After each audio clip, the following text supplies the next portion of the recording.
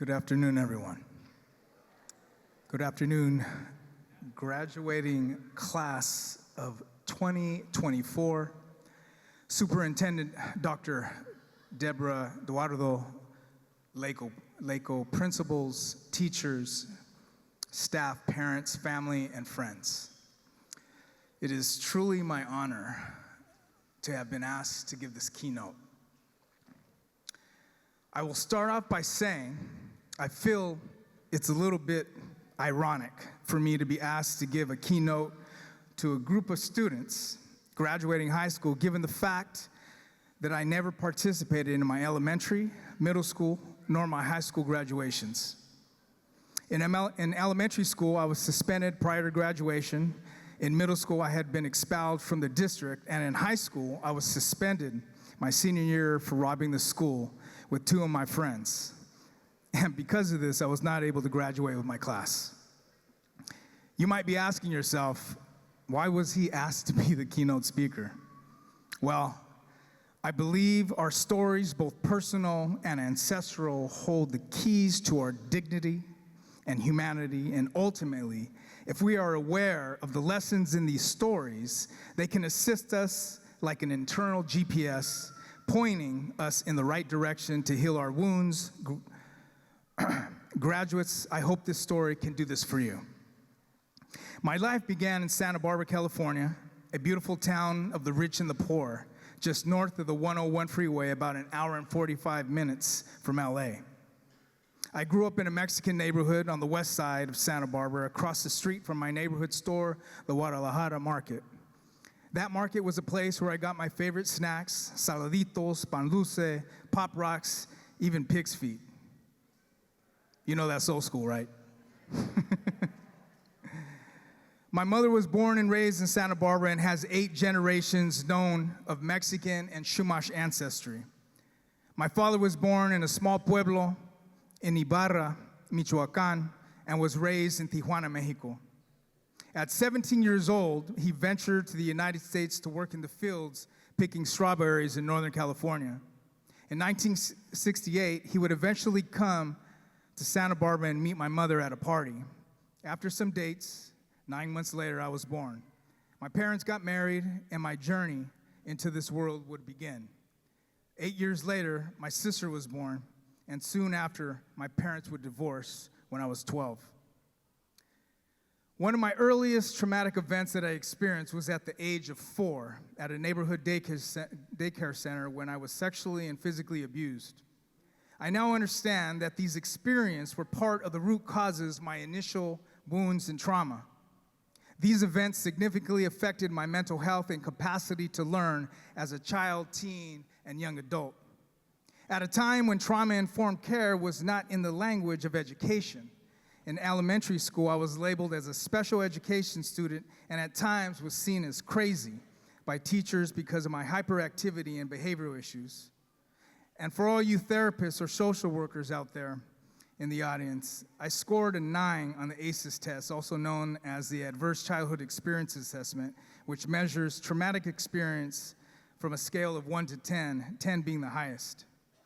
I was suspended numerous times from schools for my hyperactivity and combative behavior beginning in the 2nd grade. At the age of 9, I was arrested by the Santa Barbara Police Department for stealing an 8-track of the movie Grease. I know. I was placed in handcuffs and I was taken to the police station. With the intention to scare and traumatize me, the police officers took a Polaroid of my front and side profile, then moved me to a holding cell until my mother picked me up. The police officers gave the photo to my mom and told her that if I continued with this behavior, I would end up going to prison. In the middle school, I was suspended 87 days and 2 years for my defiant behavior, and subsequently I was expelled from the district. In my teens, I engaged in numerous fights, robbing homes, businesses, and excessive partying, which landed me in juvenile hall and on probation during my middle school and high school years. At the age of 17, as I have mentioned, I was expelled from high school for robbing the school. In a meeting to expel me from the school district, my principal, Mr. Bill Jackson, revealed some critical information about me that later in my life would have a huge significance. He revealed that in the 4th grade, I tested into gifted and talented education, also known as GATE. Mr. Jackson had come to the conclusion that I was tracked in lower academic classes because of my behavior and not because of my intelligence. For the first time in my life, Mr. Jackson's words planted a seed in my mind about my self-worth and potential intelligence, but it wasn't enough to make me change my life. For the next few years, I continued to party, sell drugs, get 2 DUIs, and total 7 cars, all the while working several construction and restaurant jobs to try to figure out what the heck I was doing with my life. On my 22nd birthday, I was arrested after a night of heavy drinking with friends, and I blacked out. During this blackout, I got into a fight while attempting to steal alcohol from a store. The following morning, I woke up incarcerated in the county jail and charged with 3 counts of felony aggravated battery, also known as California Penal Code Section 243D, an incident I couldn't deny given the fact that the incident was recorded on store cameras. After my arraignment, I walked out of the courtroom depressed and fearful for my future. I was informed that I would be facing at least 10 years in prison if convicted of the felony charges. Suffice to say, this moment woke me up. Leaving that courtroom that day, I ran into my former public defender as a youth, Mr. Paul Caprito. Displeased to see me in court again, he pulled me aside to see why I was there. He asked me to be in his office the next day to discuss my case. During our meeting, he presented my life as he had observed it. He had firsthand knowledge of all my juvenile arrests and probation placements as a teen, as well as the recent arrest of my dad for one of the largest cocaine busts in Santa Barbara's history. He described a scenario that essentially said, clean up your act or you're gonna die or end up in prison. He offered me a personal deal. If I checked myself into an outpatient rehab for my drinking, he would become my attorney pro bono. I desperately took the offer.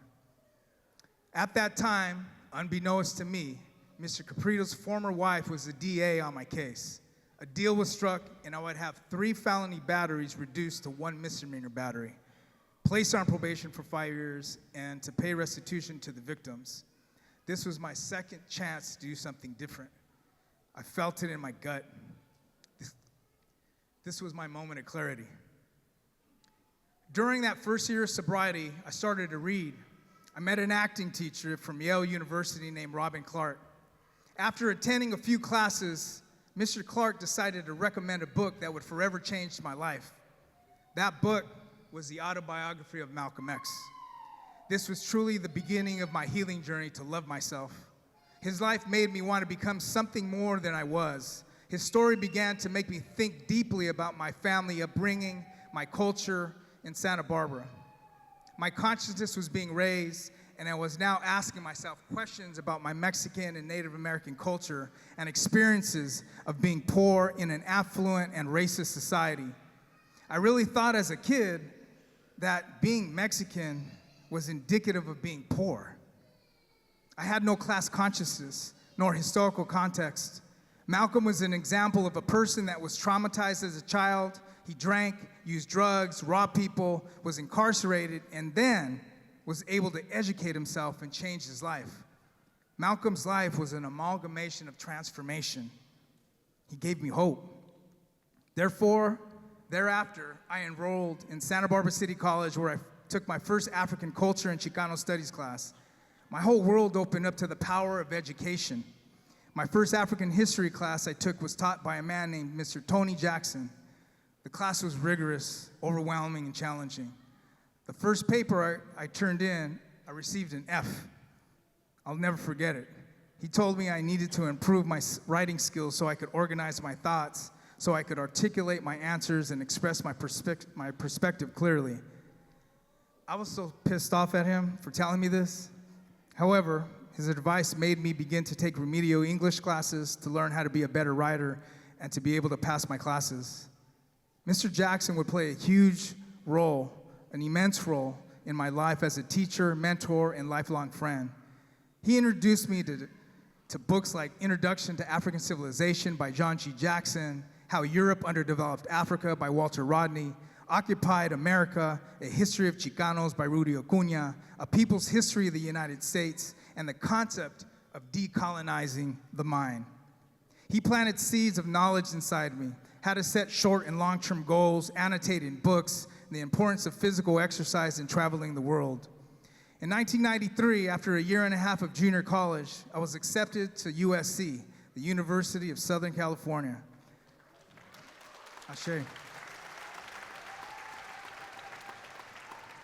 I majored in Chicano Latino Studies and African American Studies and would be accepted into the McNair Scholars Program. While at USC, I traveled and studied in Mexico, South Korea, Amsterdam, South Africa, and Zimbabwe, and have since traveled to nearly 20 countries. I now was addicted to knowledge. During my years in college, I would frequently listen to a hip-hop radio station in LA called 92.3 The Beat, No Color Lines. Remember that? Every Sunday, I would listen to a show called Street Science with Dominique DePrima that would mix topics of history, politics, culture, and hip-hop. What intrigued me about the show was that in between these deep and truthful conversations about our communities, they would play conscious hip-hop music that I was listening to that was motivating me to seek knowledge. Groups like Public Enemy, KRS-One, Cypress Hill, Ice Cube, A Tribe Called Quest, A Lighter Shade of Brown, and X-Clan. This was called edutainment. Education combined with entertainment. And I wanted to be part of that. I would later get an internship on Street Science, and soon after I would become an associate producer and then a co-producer of a #1 rated radio show in LA. I even produced a live broadcast in one of LA's probation camps in the late 90s with Afeni Shakur and Valletta Wallace, mothers of Tupac and Biggie, on the topic of the impact of violence on our families and communities. I would eventually host and produce my own conscious hip-hop show on 92.3 The Beat called Seditious Beats. It was a conscious hip-hop radio show in LA that was rated #1. I received numerous community, Senate, congressional, and LA City Mayor awards and recognitions for raising awareness and consciousness over the radio airwaves. Thank you. Over the last 30 years, I've traveled the world on a deep spiritual journey to heal myself, learning ancient cultural ways to heal how one can carry power without being aggressive and violent. It's been a long, arduous journey to heal my childhood wounds, nestled in the depths of my soul, the shadows. These were the wounds that hurt me and which, unfortunately, I bled on people who never cut me. We have to confront our inner barriers to get through the challenges in life, to get to our innate gifts inside of us. I don't blame my parents for all the mistakes I've made in my life. There is an expiration date, y'all, for blaming our parents. The moment you're old enough to take the wheel, responsibility lies with you. Looking back, parents, you can clap. That's a rough one to learn, let me tell you. I've had to learn the hard way. Looking back, I have realized that an adult came into my life at the right time to guide me as I tried to change the negative direction my life was headed in. And truth be told, there were many more caring adults that came into my life than I have mentioned today. I promise you, graduates, this will begin to make sense as you mature and get older, and some things won't ever make sense. But you will begin to see the world differently. In my opinion, one of the most important things you can do is ask for help. It is said that strengthening adult connections in teens' lives can help promote healthy relations. We all need healthy relations to thrive and survive in this world. None of us, I mean none of us, accomplished anything in our lives without the assistance, guidance, mentorship, and most importantly, love from other caring adults. Don't think you by yourself can achieve things. There is always somebody there getting your back, someone praying for you, supporting you, encouraging you, pushing you to succeed. Be grateful for the Mr. Jacksons, the Paul Capritos, your parents, and never lose hope of those people if you can, or should I say never lose those people if you can. Also, enjoy the process of not knowing what you're doing. It's okay to not know what you're doing. I sometimes still don't know what I'm doing. My dear friend, Mario Rocha, who was wrongfully incarcerated at 16 for a murder he did not commit, once wrote a piece titled Unfit. He wrote, "When I joined the Inside Out writers class, I searched for words to expose the cave of my soul. I wrote about memories and painful experiences. I poured forth my fears, doubts, and perplexities on paper. I began to understand my life, who I was, and why. Know thyself. Our narrative is our humanity. Learn to tell your story, graduates. You can change your life regardless of what you have done, regardless of what negative or disempowering things people have said to you or about you. You control your own destiny, not anybody else. Think twice before you speak and act, and may your character not spoil your destiny." Ashe. My final words to the adults here in Disney Hall: make a commitment to stay in contact and work with at least one of these young adults beyond school. They need you, and most likely, you need them too. The benefits go both ways. That's community. That's the we concept. Let's not reject, neglect, or ignore our children. It can be rough growing up in LA. Right? It's rough. Before I conclude, I would please like to ask everyone in the audience that is not graduating to please stand up and face these graduates. Please stand up. You're all facing. You can stand or sit if you want. Yes. Ashe, ashe.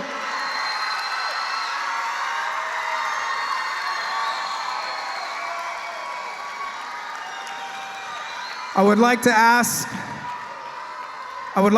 the audience to please repeat after me. Be open to all possibilities. Seek the root of truth. Decolonize your mind. We are here for you. We got you. We support you. And we love you.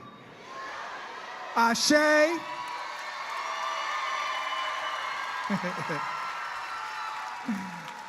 Go ahead and please sit. Thank you. And to the graduates behind me,